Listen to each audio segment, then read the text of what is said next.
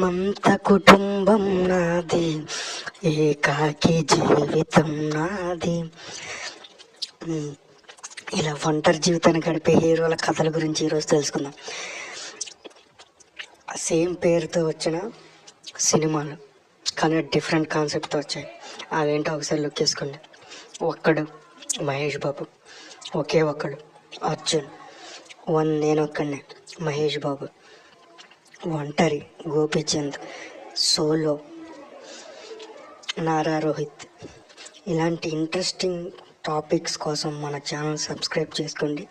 ఇదే సిరీస్లో భాగంగా ఇంతకుముందు చేసిన వాటిపై ఒక లుక్ వేసుకోండి. ఇక్కడ లింక్ ఇస్తాను. Thank you so much.